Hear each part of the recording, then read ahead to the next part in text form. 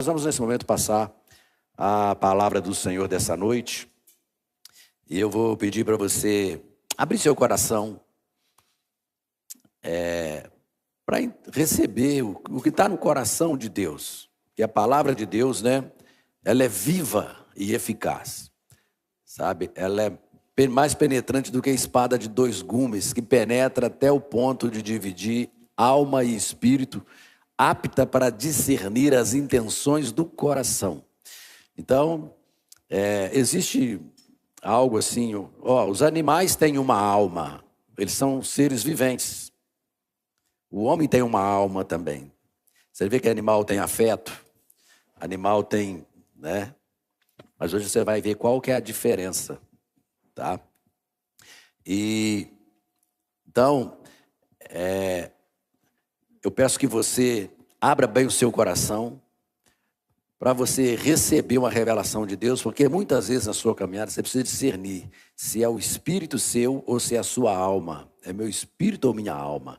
E a alma, ela é muito frágil, ela é emotiva, ela é sentimento puro, emoção pura, E às vezes o caminho do espírito, ele é um caminho mais, ele é verdadeiro, ele é eterno. E muitas vezes o caminho do espírito, ele não combina muito com a nossa carne, mas a alma, ela ama a nossa carne. Ela ama os desejos da carne, ela ama. Então, assim, Então, você. E o que é que me faz, pastor, eu conseguir, assim, ser mais espiritual? É o discernimento que você tem da palavra de Deus, é o conhecimento da palavra de Deus que vem e te dá aquela direção para você saber que você está mais no espírito, porque a palavra de Deus é espírito, ela só vem atuando no espírito. A palavra de Deus nunca alimenta a sua carne.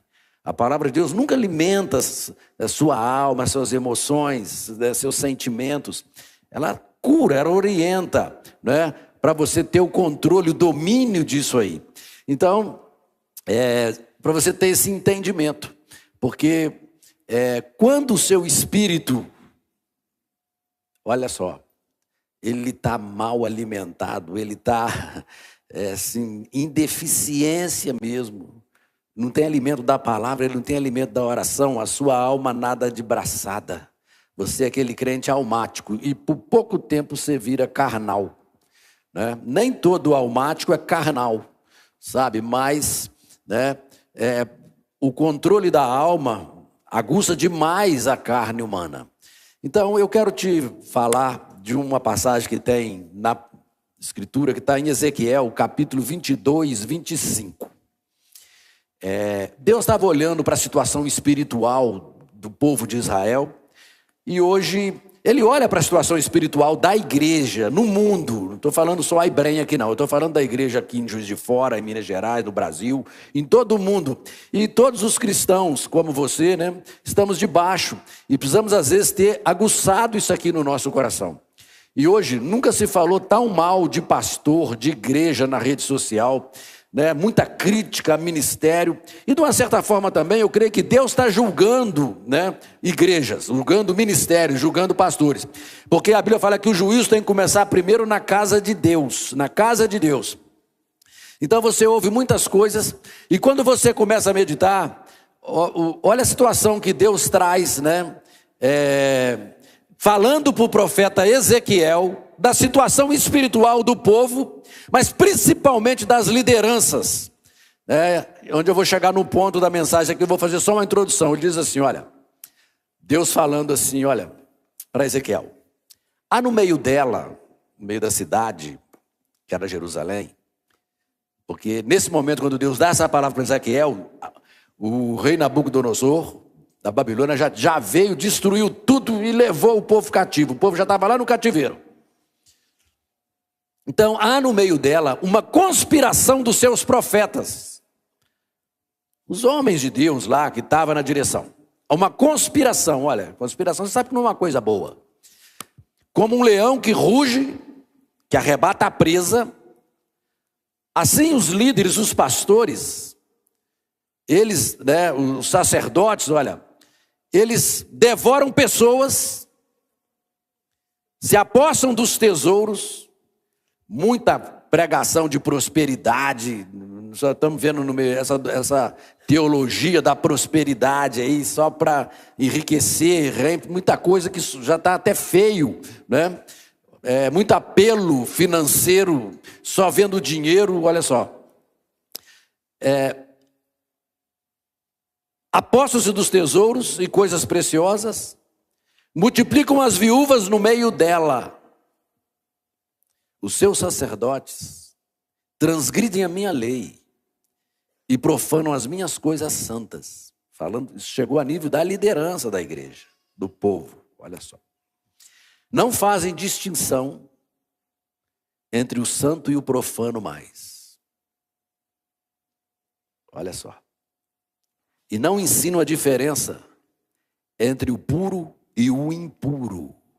Olha, santo, profano, puro, impuro. Não ensinam a diferença, olha só. Tá? Não respeitam aos meus sábados, assim sou profanado no meio deles. Os seus líderes no meio dela são como lobos que arrebatam a presa para derramarem o sangue, para destruírem vidas e ganharem lucros desonestos. Né? Os seus profetas cobrem isso com cal, tendo visões falsas e predizendo mentiras. Assim diz o Senhor, tive uma visão, tive aquilo. Dizem, assim diz o Senhor Deus, sem que o Senhor tenha falado nada. O povo da terra pratica extorsão e anda roubando. Deus está falando a situação da cidade. E a gente, quando vê isso aqui, não vê o Brasil muito fora disso aqui, não. Olha só. Fazem violência aos pobres e necessitados e injustamente oprimem os estrangeiros. Agora, olha o que Deus fala no versículo 30. Olha, eu vi o povo assim, mas eu procurei entre eles um homem que reconstruísse a muralha e se colocasse na brecha diante de mim, a favor dessa terra, para que eu não a destruísse, mas eu não encontrei ninguém. Isso aqui é muito triste.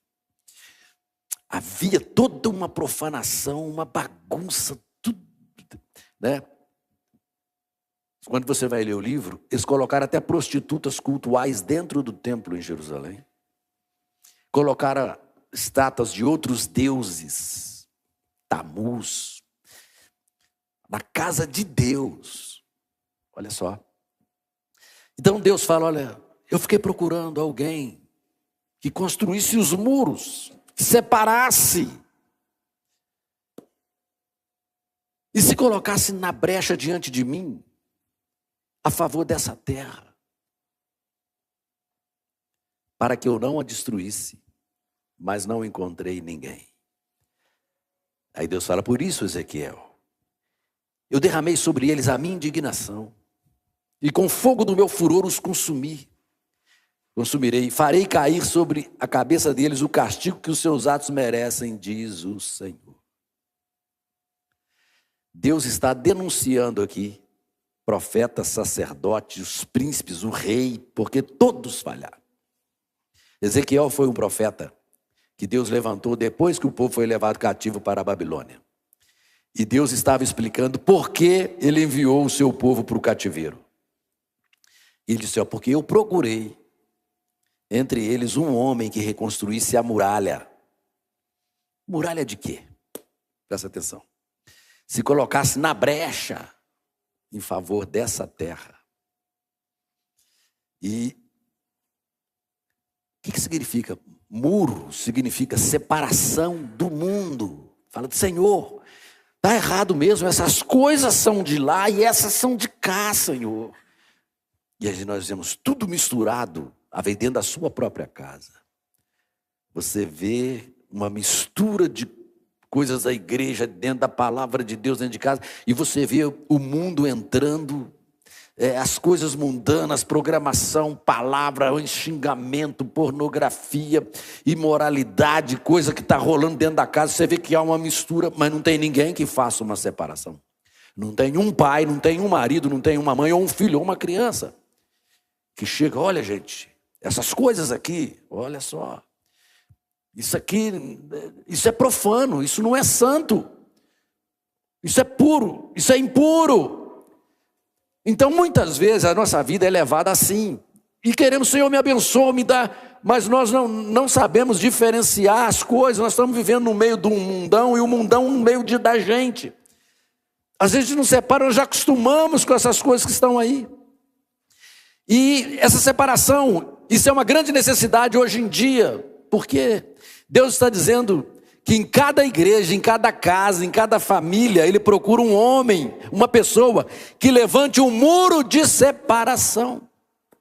Às vezes tem lá coisas ruins começando a dominar sua vida, sua casa, sua saúde, seus relacionamentos dentro da casa. O ambiente da casa começa a virar e ninguém para buscar Deus, para buscar uma direção espiritual do Senhor. Então, querido, olha, quando Neemias reconstruiu o muro significava uma proteção, uma separação. Olha, que para fora, né, fica isso, para dentro é isso que tem que ter. Nossas vidas tem que ser, nós temos que ter muros. Nós temos que edificar muros de proteção, né? Então, mas quando ele começou a edificar os muros de Jerusalém, Neemias, muito tempo depois disso aqui, tá? Houve uma oposição muito grande. Porque você, quando começar a se levantar, para colocar muros de separação, tá? Para separar impuro do puro, profano, né, do santo, vai haver uma oposição muito grande na sua vida, lá na universidade que você vive, lá com o seu namorado, com a sua namorada, com o seu noivo, com a sua noiva, com a sua família, com os seus parentes, né? Então vai haver, e às vezes mesmo no meio crente, porque dentro da igreja, às vezes você consegue arrumar uma amizade aqui, ou um namorado aqui, e você vê que a pessoa não tem, ele não tem separação de nada na vida dele.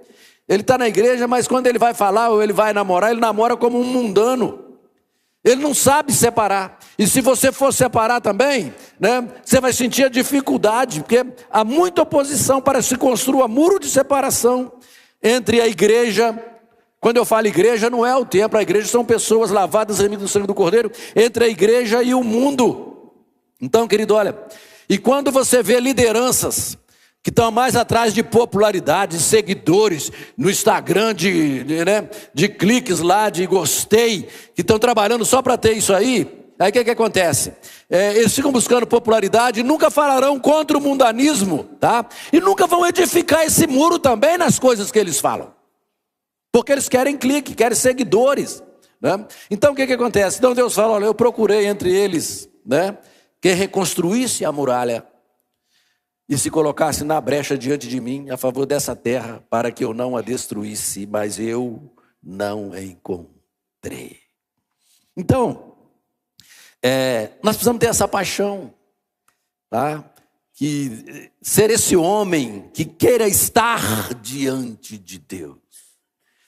E eu falo isso, irmãos, porque hoje no mundo, ser cristão virou uma moda. Mas ser nascido de novo são poucos.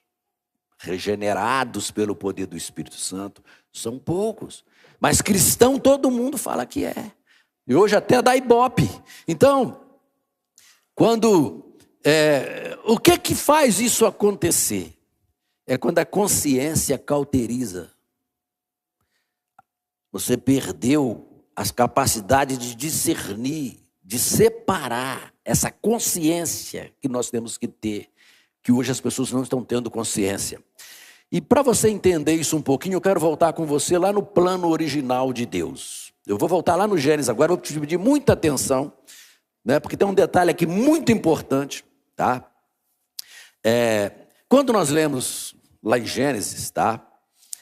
Nós vemos que Deus, né, criou as aves, os peixes e demais criaturas do mar.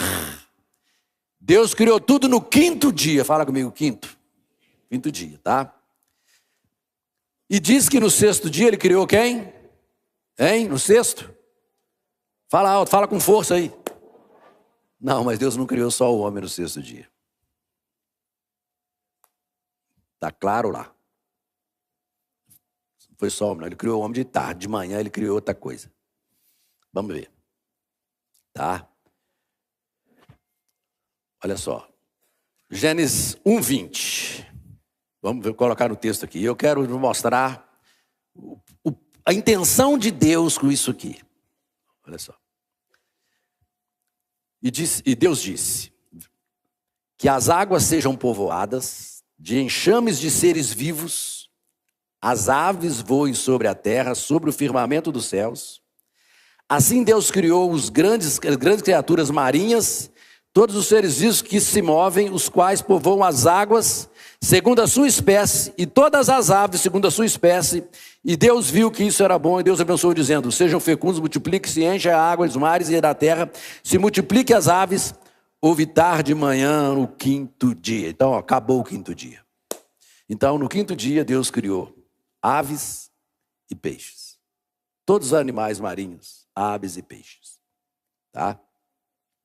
Vamos ver agora. E Deus disse: olha só, já acabou o quinto dia.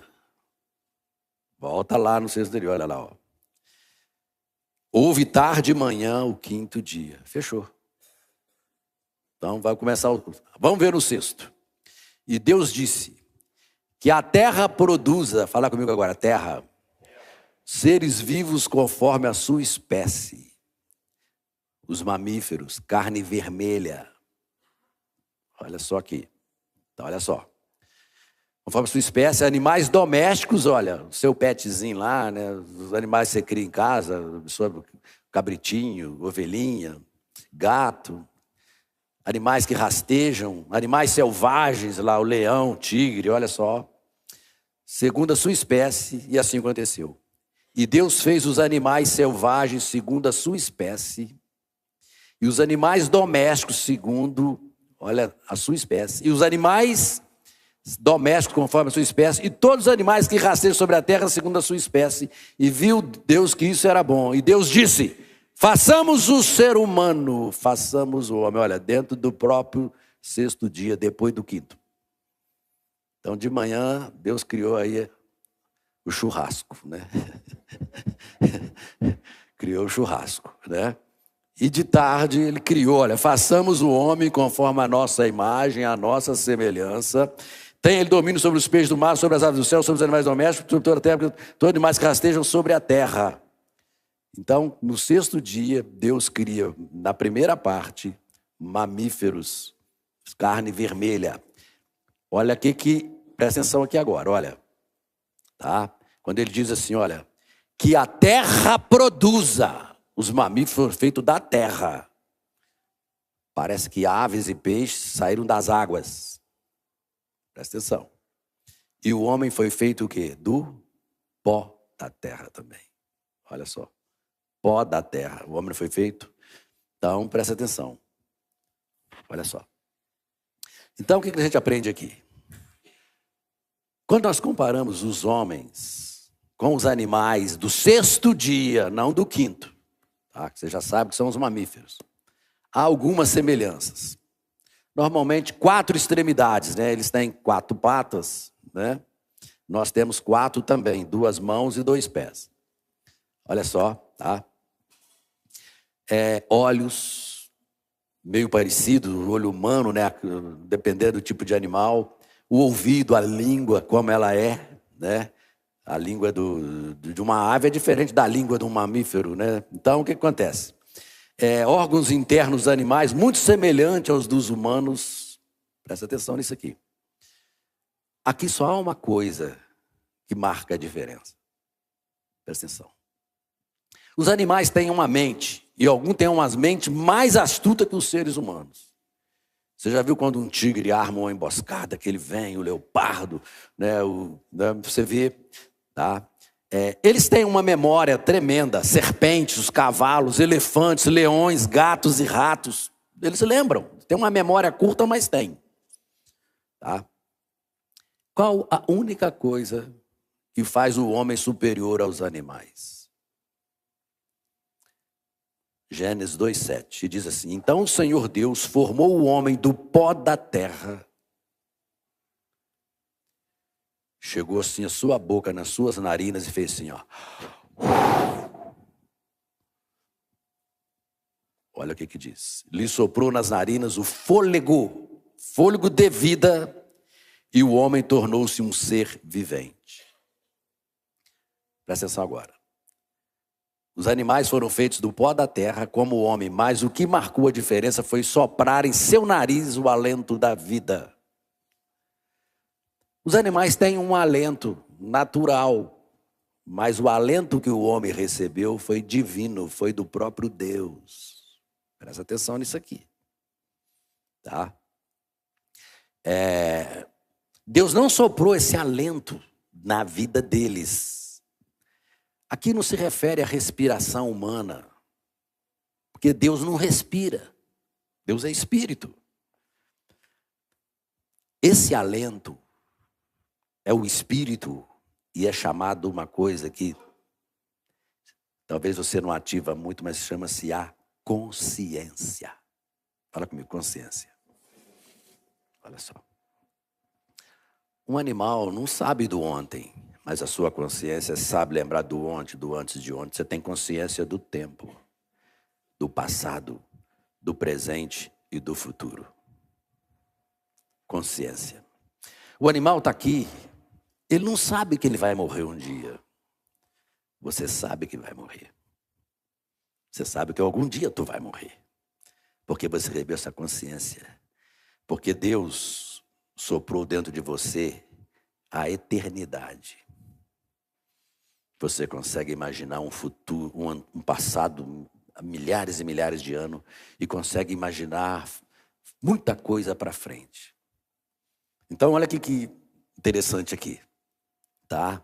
Então, isso chama-se consciência, tá?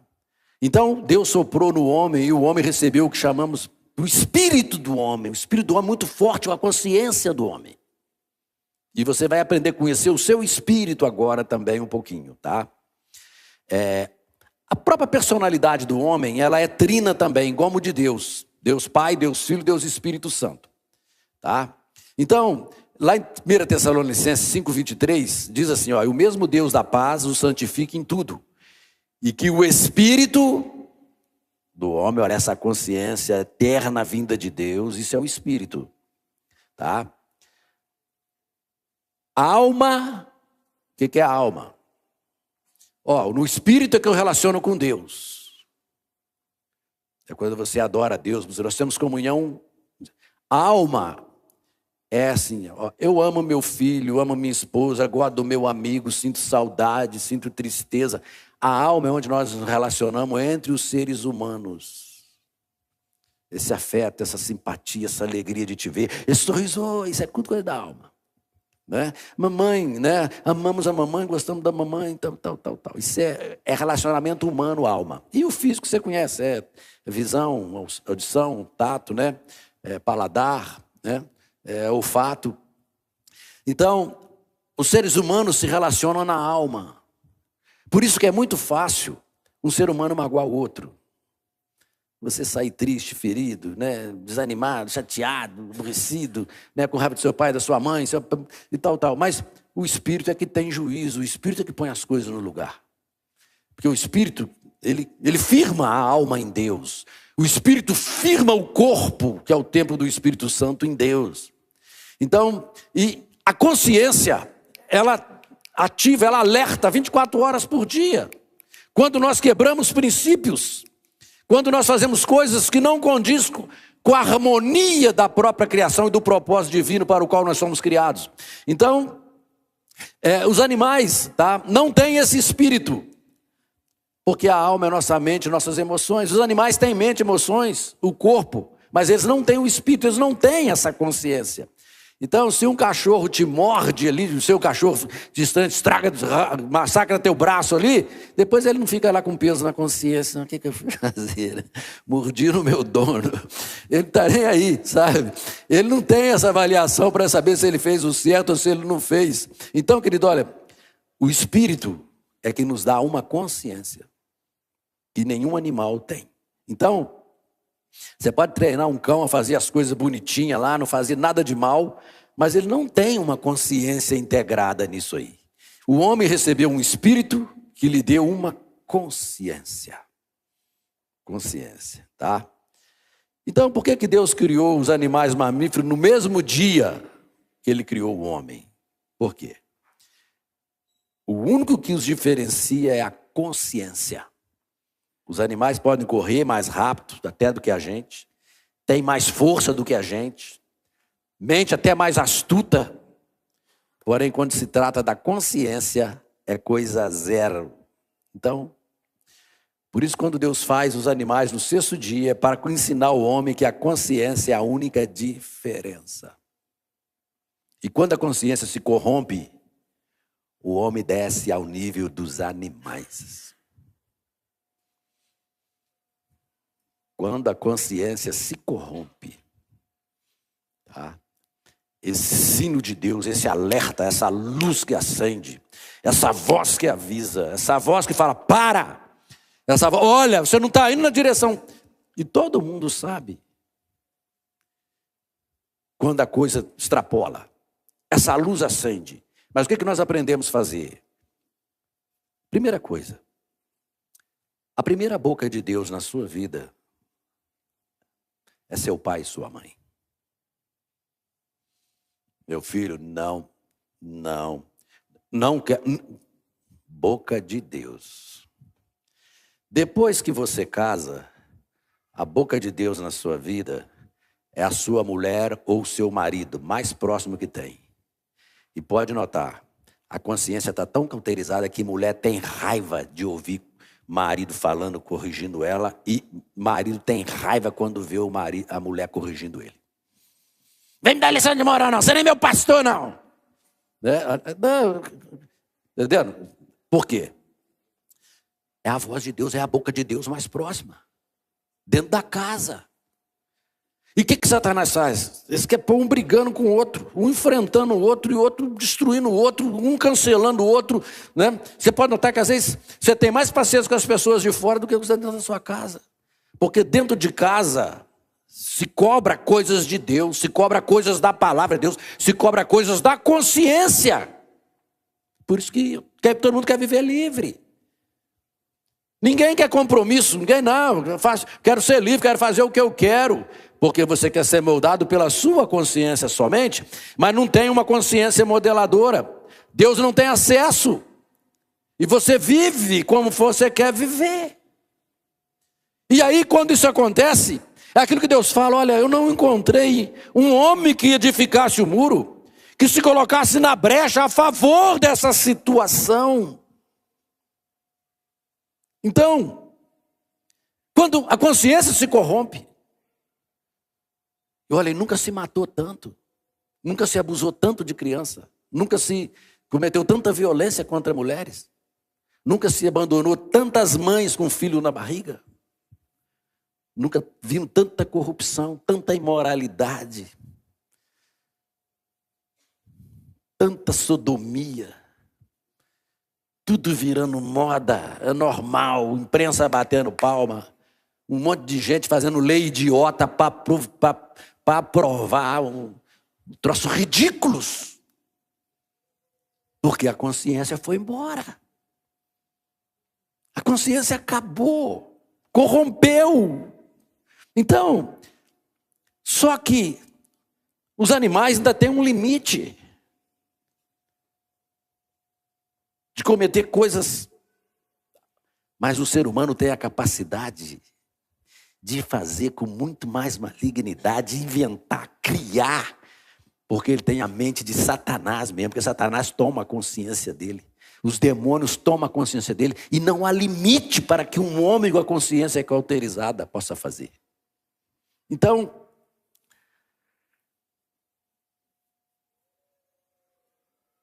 não vai haver muita diferença entre você e um animal se você for contra a sua consciência. Então, 1,26 diz, façamos o ser humano à nossa imagem, conforme a nossa semelhança. Tem ele domínio sobre os peixes do mar, sobre as aves dos céus. Olha, deu domínio sobre o homem, olha, e tem um domínio. E se eu não tenho consciência, como eu vou dominar?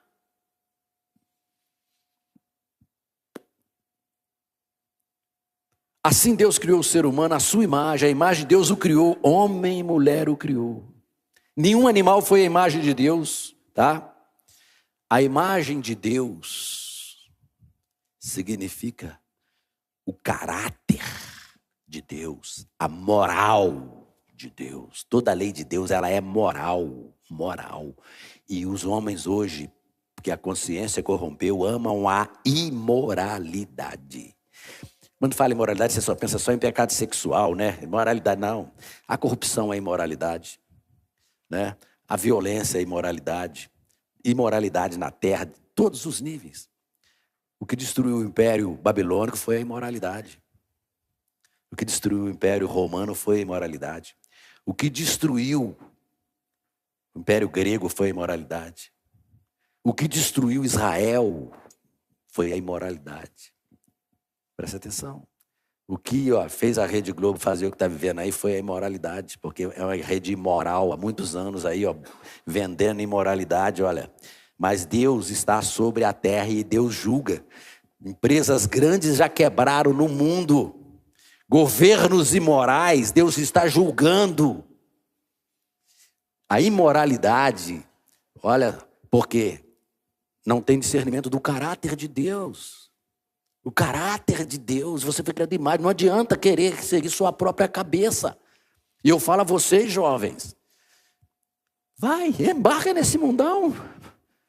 Vai acreditando nisso aí, batendo palma para que estão te oferecendo aí. Você vai envelhecer. Sua saúde pode sofrer dano. Só Deus pode garantir se você vai viver bem os anos da sua vida. Então o que acontece? A nossa consciência nos diz como é o caráter de Deus. Então, esse homem que se apresenta diante de Deus, tal como Deus quer que nós sejamos, alguém que saiba se colocar, fazer os muros de separação, alguém que saiba separar o santo do profano, o puro do impuro. Então, querido, olha, o homem que Deus busca é o homem que cuida da sua consciência. Muito mais do que sua mente, que é educação, estudo, é mente. Isso não tem nada a ver com o seu espírito. Ciência não alimenta seu espírito, não. Conhecimento profissional não alimenta seu espírito, não. Isso é treinamento mental, repetição, você vai ali, você faz. Então, o homem que Deus busca é o homem que cuida da sua consciência, muito mais do que da sua mente e do seu próprio corpo, da sua saúde.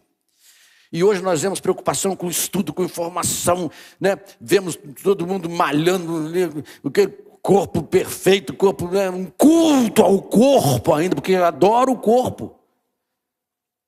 Né? Malha, fica tão pegado com o corpo que quando passa no espelho, olha, mas como é que você é bonito, né? Tá vendo? De tanto que ele ama o corpo dele e a mente dele, fica conversando com ele mesmo. Então fica essa ficção aí. Então, querido, olha, estudamos muito, gastamos em educação, em leitura, adquirir conhecimento, tempo, né? Gastando dinheiro para manter seu corpo, mente informa. Mas a nossa consciência é o que é mais importante. E onde o homem tem falhado, tá? Até mesmo os crentes nascidos de novo. Como manter uma consciência limpa? Quando está te faltando a paz, é porque a consciência não está limpa. Quando vem a culpa, a consciência não está limpa. É o espírito gritando. Olha o que você fez. Você não devia ter feito isso. Olha o que você teve coragem de fazer. O seu espírito, a sua consciência te trazendo para o lado da imagem e semelhança que você foi criado. Mas a gente finge que isso não existe, né? Fica igual aquelas birutas de vento nos postos de gasolina, que só fica com o ar soprando assim, né? E vai vivendo a vida. Eles botam aqueles bonecos de papo, assim, botam um ventilador de baixo, fica o dia inteiro ali. Então a gente vive assim. Então, e a consciência, meu filho? Olha, uma consciência submissa a Deus. Isso faz você uma mulher de Deus, um homem de Deus, uma moça de Deus, um rapaz de Deus. Então, querido, olha, e agora vou te entrar no lugar mais perigoso agora, que eu te peço assim, muito cuidado, tá? A Bíblia diz que o sangue de Jesus nos purifica de todo pecado, não purifica? Olha só, porque a minha consciência, meu espírito me avisa, ó, você pecou. Mas o sangue de Jesus, Senhor, eu me arrependo, me perdoa, Senhor, me perdoa, me limpa, Senhor, oh, meu Deus, tá? Mas muitas pessoas hoje, não estou falando aqui, é da Ibrém não, da Ibrém ninguém faz isso. Muitos usam o sangue de Jesus como água de torneira.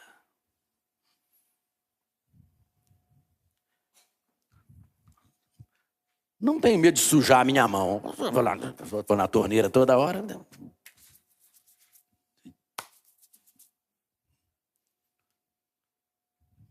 Estão me entendendo? Não olha para mim com essa cara, não. Uns olham para o chão, assim. Né? Mas, assim, a palavra de Deus, ela penetra até lá no ponto de dividir alma e espírito. Apta para discernir os pensamentos e as intenções do coração. Então, vamos lá. Porque a água é barata, né? Você liga a torneira ali, quando você for aqui na igreja, você dá tanta descarga, liga as torneiras, todo lugar que você vai. Então, assim, não tem problema se eu sujar a minha mão. A água é barata, tá? Então, mas se a água custasse $1.000, 1 litro, né? Você ia ter um cuidado muito grande de manter sua mão limpinha. Evitar o máximo, tá? Mas como é barato, não importa se eu me sujo 10 vezes ao dia, 20, 30, 40, 50. E é assim como muitos crentes mantêm suas consciências. Não, eu sujo, eu vou lá, eu Jesus lá, o sangue de Jesus. Não, o sangue de Jesus, não, o sangue de Jesus. Mas aqui na Ibrém ninguém faz isso, ninguém faz isso não. Então, não importa se eu me suje, o sangue de Jesus está aí para me limpar.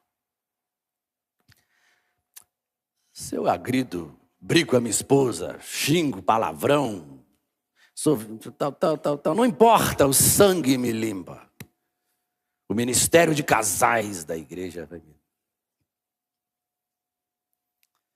Hebreus 10, 28. Vamos ver o perigo disso agora. Vamos lá.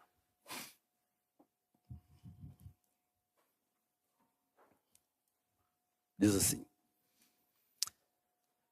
Hebreus 10, 28. Quem tiver rejeitado, falando lá do Velho Testamento, lá na época de Moisés, que não é a graça hoje. Quem tiver rejeitado a lei de Moisés, morre sem misericórdia pelo depoimento de 2 ou 3 testemunhas. Então, a lei já era severa. Agora ele fala, imagine quanto mais severo deve ser o castigo daquele que pisou o Filho de Deus e profanou o sangue da aliança com o qual foi santificado e insultou o Espírito da graça. Presta atenção nisso aqui. Não tem ninguém pregando isso que eu estou falando para você aqui hoje, não.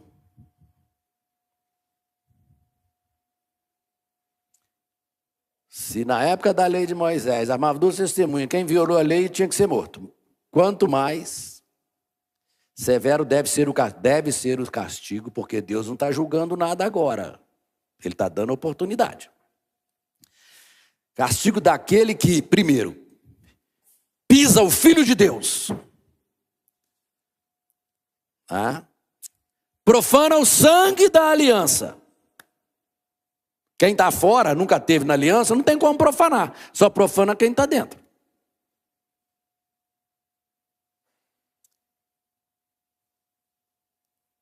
Insultou o Espírito da graça. Como se pisoteia o Filho de Deus? Você pode imaginar um crente pisando em Jesus?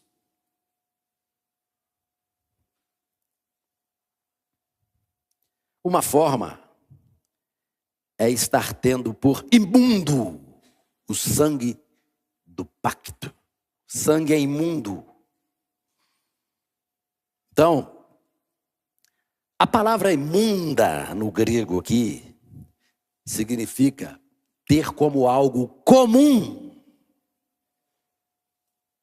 Como algo comum. Não é sujo, é ter como comum. Lembra da água, que é fácil? Lá é comum. Não é sujo, mas ter como comum, como algo barato. Eu faço o que eu quiser, eu vou ali e tomo um banho. É tratar o sangue de Cristo como comum, como água de torneira. Uso comum. Tratar o sangue do pacto como algo comum. Não me importa se a minha consciência se contamine com algo que fiz ou disse ou pensei. Um pensamento impuro contamina a minha consciência, a pornografia. Eu sei que aquilo ali, a minha consciência dizendo, você como um crente, um filho de Deus, você não deve estar vendo isso, nem escutando essas coisas que está aí. Mas a sua consciência não importa. Não importa. Porque você está tratando como comum o sangue de Cristo Jesus. Então presta atenção agora, tá? Um pensamento impuro que às vezes vem. Não se evita porque diz, vou pedir ao Senhor que me limpe com o sangue de Cristo. Isso é a primeira coisa que a gente deve meditar. Tá? Deus soprou o fôlego de vida e fez o homem distinto de toda a criação. Então, Deus deu autoridade, deu governo. Então, Deus mandou sujeitar. Falou, encham a terra e sujeitem a terra. Tenham domínio sobre os peixes do mar, sobre as aves do céu, sobre todo animal que rasteja. Inclusive, Deus te deu a consciência para você ter domínio sobre pecados. Você pode notar que alguns você domina. Não, isso eu nunca faço. Mas tem uns que você sabe que não está legal, mas você vai tocando a vida. A vida leva eu, deixa a vida me levar. A vida leva eu. A consciência está avisando. Ela está avisando. Mas não estou nem aí. Você sabe que Deus fala assim, eu abomino o repúdio. Uma coisa eu tenho contra ti, que é abandonaste a mulher da tua mocidade. Você fica brincando com coisas que podem causar separação no seu casamento. E a sua consciência? Deus não fala nada comigo. Ele só não fala se você estiver muito santificado. Será que a sua consciência não está te avisando nada durante o ano inteiro? Então, querido, olha, sujeitar, reter debaixo dos pés, tá? Jesus venceu Satanás para incluir ele debaixo dos nossos pés também, porque nós somos imagem e semelhança. Então, qual o perigo que isso pode gerar dentro da igreja? No meio evangélico, quando eu falo igreja, não é hebreu não, porque aqui na hebreu não tem isso, tá? Vamos lá. Às vezes há muitas manifestações de dons e muitos cultos, mas muitas vezes a consciência de quem está trabalhando na igreja não está limpa. Como é que eu vou orar se a minha consciência está me espetando? Tem remédio. É a decisão de ser de Deus mesmo. Senhor, eu quero agradar o Senhor. Eu vou tomar uma posição na minha vida. Então, muitas manifestações de dons, mas a consciência não está limpa. E isso aponta para a hipocrisia. Deus está procurando um homem que se coloque na brecha, erga muros de separação. É isso. E esses muros são dentro do seu próprio ser. Não é na vida do outro, não é na vida do fulano, do seu pai, da sua mãe. Você fica olhando os defeitos dos outros, não. Até porque vai ver que na sua vida nem muro existe mais.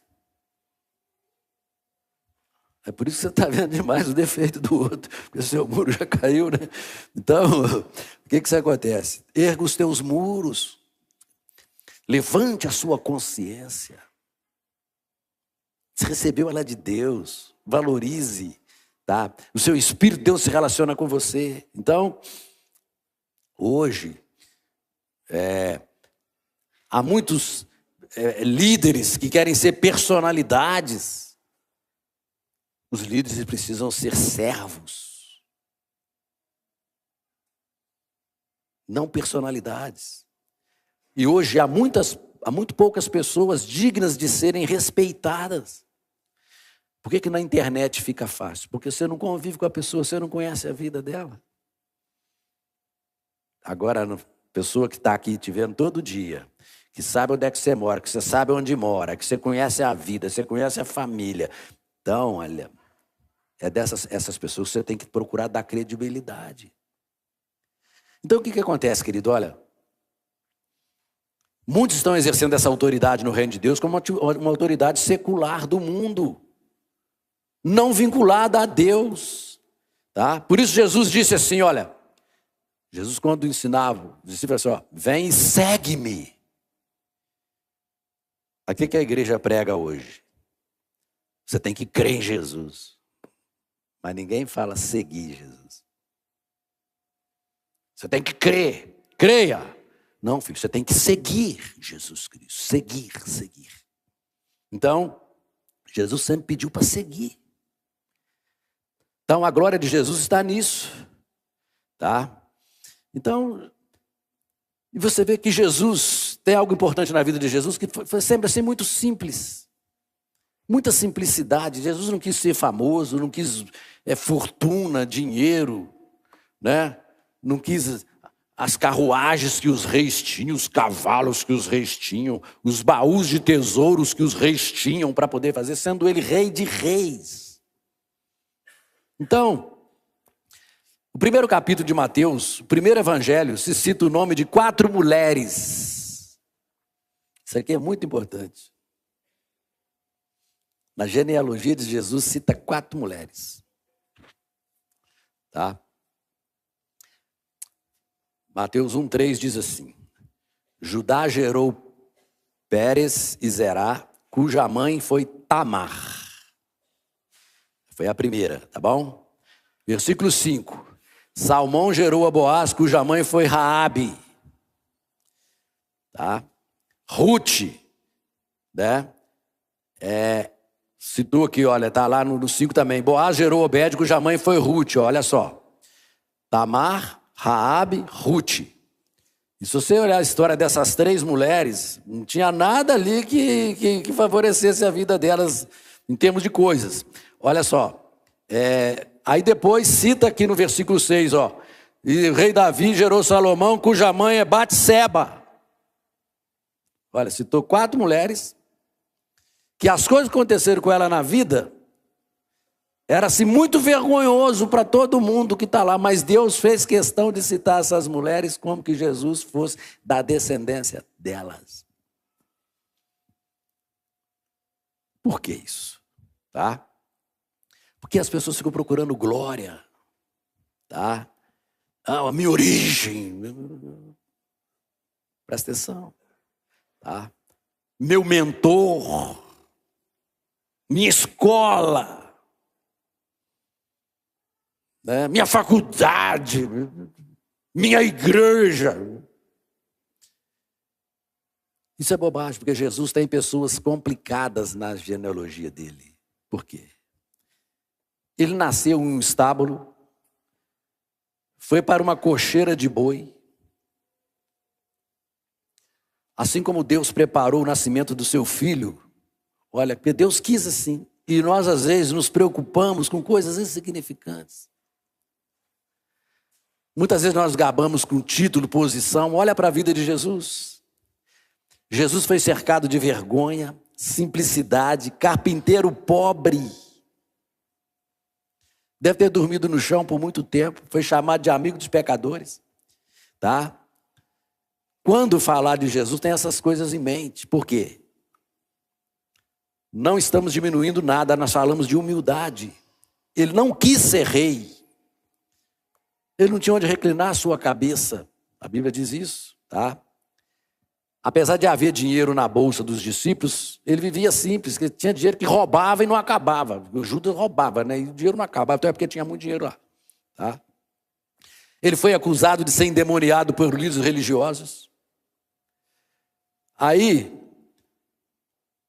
Mateus 10:25, basta ao discípulo ser como seu mestre, e ao servo ser como seu senhor. Se chamaram o dono da casa de Beelzebul, o que é que não vai fazer com os discípulos? Se chamaram ele de Beelzebul, o que é que não iam fazer com os discípulos? Olha só o que é que ele passou, tá? Tem pessoas, se você questionar, ela vai dizer que você está endemoniado. Os parentes de Jesus chamaram ele de louco. Está lá em Marcos 3:20, ó. Então Jesus foi para casa e outra vez se juntou uma multidão, de tal modo que nem podiam comer. E quando os parentes de Jesus ouviram isso, saíram para prendê-lo, porque diziam, está fora de si, ó. Olha só. A pessoa fala que você está fora de você. Olha só, tudo ele passando por isso, tá? Antigamente os ricos tinham uns escravos, quando as pessoas chegassem em casa, lavavam os pés dos visitantes, de todo mundo. Jesus foi lá e lavou o pé daquela turma todinha. Olha só. Então, hoje, todo mundo quer ser grande. Tá? Ele foi acusado falsamente, né? Ele, porém, guardou silêncio. Tá? Então, o que acontece? Jesus não teve ninguém para dar um apoio para ele moral. A gente ainda tem uma dificuldade, alguém vai lá chorar com você, te ajudar. Cuspiram nele, maniava a cabeça quando ele passava.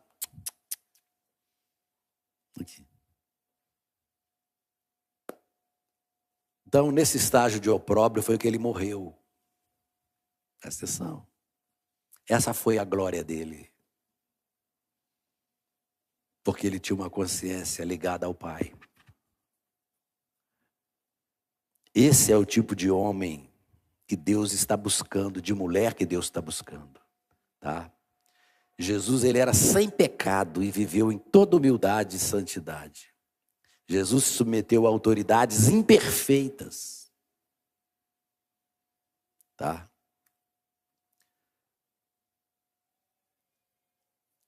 Quando você tem um cuidado com a sua consciência e você é guiado pela palavra de Deus, você começa a valorizar mais as coisas de Deus e você usa as do mundo para viver, mas as do mundo não vão governar mais a sua vida. E tudo isso passa pelo seu espírito, pela sua consciência, pelo discernimento que você tem. Já notou que quando a gente vai fazer qualquer coisa errada, antes de fazer, o Espírito fala assim, ó, isso não é certo. Né? Aí a alma fala assim, vai tantas horas, vai escondido e não fala para ninguém. Né? Então assim, mas olha, a consciência está ali. Ah, Deus não fala comigo. Fala. Fala 24 horas por dia. Porque essa consciência é o Espírito, é o sopro dele dentro de você. É o sopro dele dentro de você. E quando você não está querendo ceder, ele levanta sua mãe, seu pai, sua esposa, seu marido, seus filhos, seus parentes e até mesmo um ímpio. Mas você não é crente? Por que você está falando isso? Mas você não é crente? Por que você veio nesse lugar? Você não é crente? Por que você está falando? Olha, Deus usando a boca de um ímpio para falar contigo.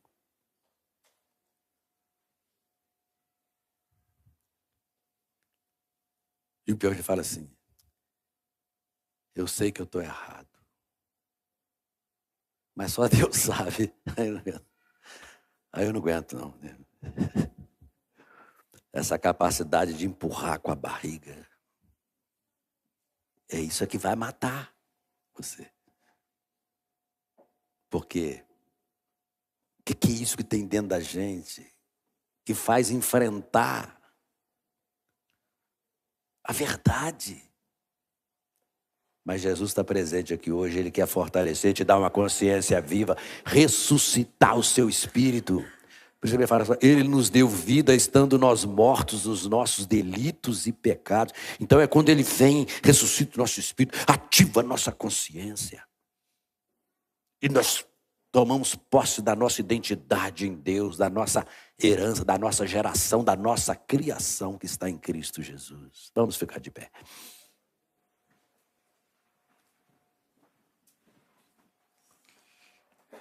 O sangue de Jesus não é água de torneira, né?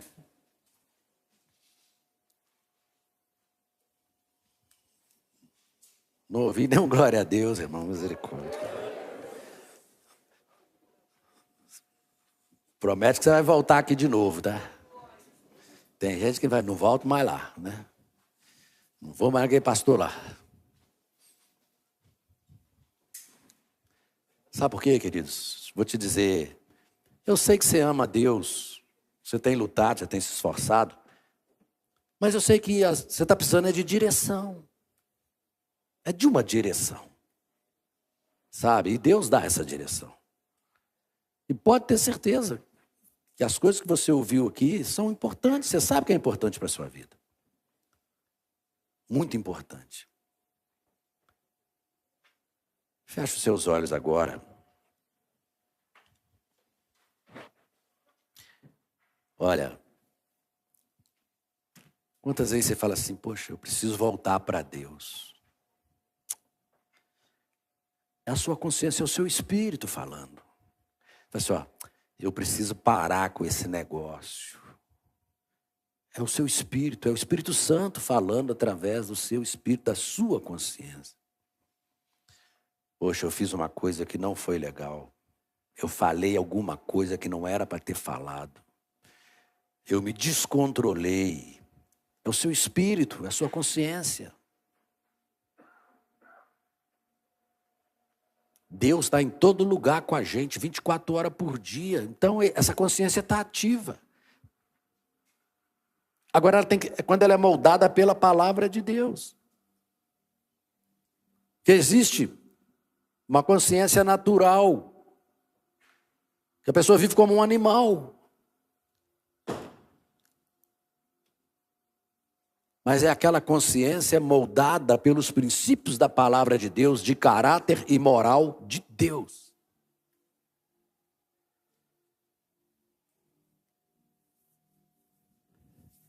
Deus ama você, Deus me ama. E também, só olha isso como uma oportunidade de você se aproximar mais de Deus. Não se sinta culpado, diminuído, ou incapaz, impróprio, não. Sabe, eu sempre digo, não tem nada que você possa fazer para que Deus te ame mais do que Ele já te ama.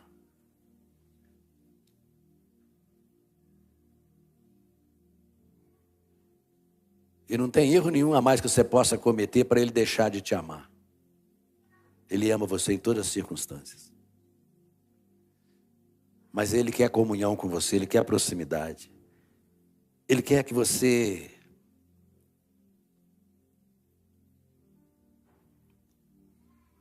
dissesse assim, olha para mim, meu filho. Olha para mim. Eu quero o teu olhar. Então, Jesus, eu quero o teu olhar, mas Jesus está querendo, nós falamos que nós queremos o olhar dele, pelo contrário, meu filho, é ele que quer o teu, que é o meu, que nós olhamos para ele. Segue-me. E nós seguimos a Jesus é com o coração, com o nosso espírito. É assim que a gente segue ele.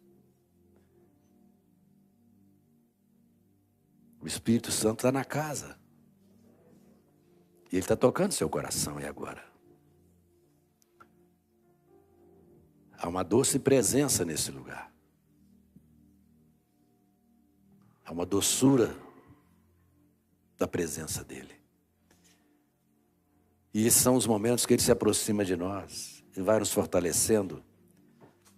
e levantando o nosso ser, impartindo a vida dele dentro de nós. Santo, santo, santo é o teu nome, Senhor. Que estão os teus filhos, Deus. Às vezes nós somos como crianças, que não entendemos bem as coisas. Mas o teu Espírito tem nos ensinado. E nós temos compreendido. E nós vamos ser filhos mais próximos de ti. Filhos mais aconchegados ao Senhor. Para desfrutar mais do teu amor. E o Senhor desfrutar do nosso amor também. Visita, Senhor, essa mulher que entrou aqui hoje. Que está com essa luta interior dentro da sua consciência, dentro do seu coração. Esse homem que sabe, Deus, que ele tem feito o sangue de Jesus água de torneira.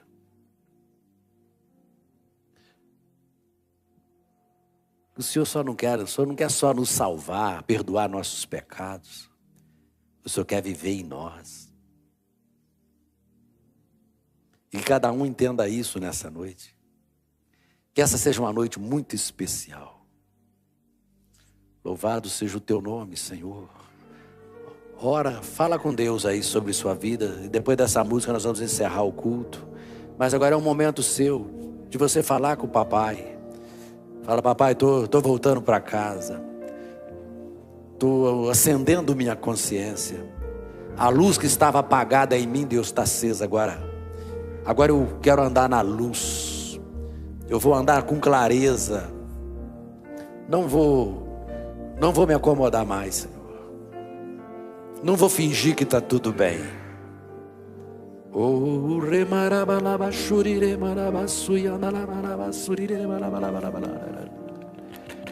Aleluia, Jesus. Esse é o momento seu com o Papai Celeste. Espírito Santo, me tocar e me abraçar. Tua presença é tudo que eu preciso. Verdadeiro amigo, pra te adorar, levanto minhas mãos, entrego a ti meu coração, mesmo sendo falho, me ama, me ama.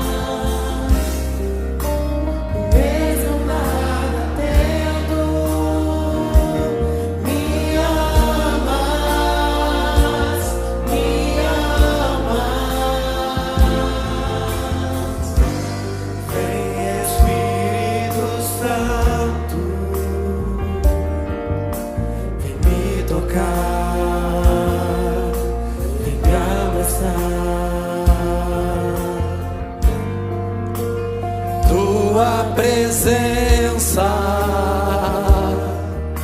é tudo que eu preciso, precioso amigo, pra te adorar.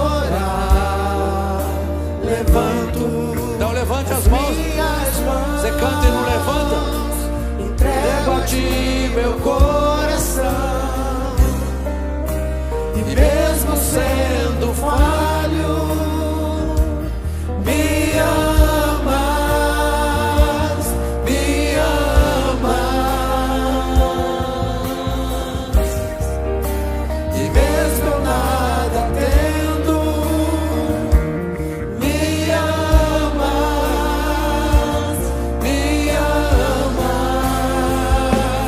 Jesus, por amor, se entregou naquela cruz, carregou um grande peso em meu lugar e levou sobre si a minha dor.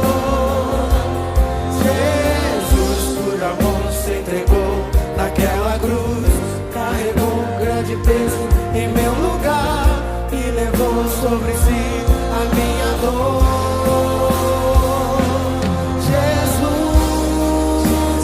Oh Jesus maravilhoso, Filho ressuscitado do Deus vivo. Jesus, Nome precioso. oh aleluia.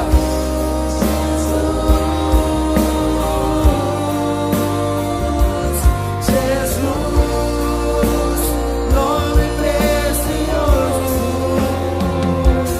Jesus, por amor, se entregou naquela cruz, carregou um grande peso em meu lugar e levou sobre si a minha dor. Jesus, por amor, se entregou naquela cruz, carregou um grande peso em meu lugar e levou sobre si a minha dor.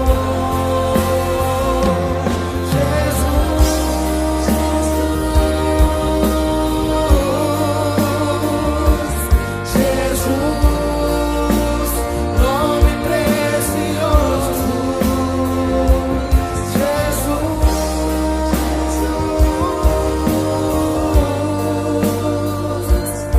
Jesus, nome precioso. Você vai sair daqui e vai para casa. Às vezes você não saiu bem de casa com o seu esposo. A consciência está egoísta, o coração está.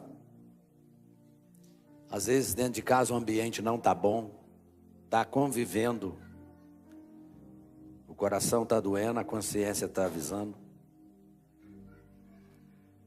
Mas o orgulho não deixa a gente, né, ter aproximação, se render. Você que veio aqui, ouviu a palavra de Deus, receba Jesus no seu coração.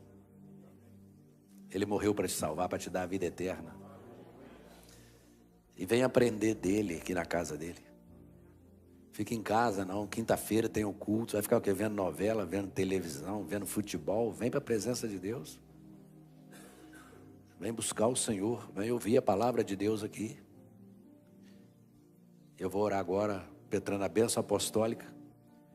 E digo que você vai ter uma semana abençoada, para sua consciência viva, separada para Deus, santificada. Amém? E que o amor de Deus, o nosso Pai, a graça do nosso Senhor e Salvador Jesus Cristo e a santas comunhão e consolação do Espírito Santo seja conosco, com todo o povo de Deus na face da terra, agora e para sempre. Amém. Que Deus abençoe você, filho bendito do Deus vivo. Amém.